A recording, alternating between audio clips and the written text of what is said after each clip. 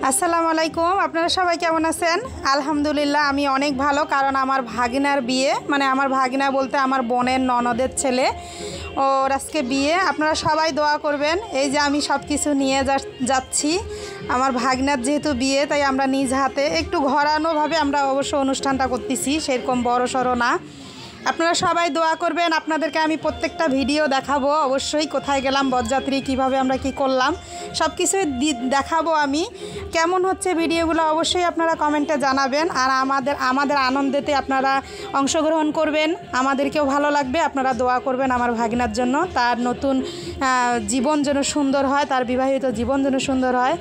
আপনারা সবাই দোয়া করবেন।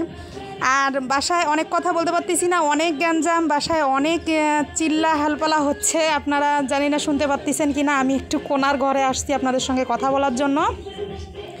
আপনাদেরকে কেমন লাগলো অবশ্যই আমাকে কমেন্টে জানাবেন। আমরা এখন রংপুরে আছি। আমার আজকে ভাগিনার বিয়ে না গায়ে হলুদ আজকে। আমরা কালকে কোথায় যাব বরযাত্রী, অবশ্যই আপনাদেরকেও আমি এটা কমেন্টে জানাবো।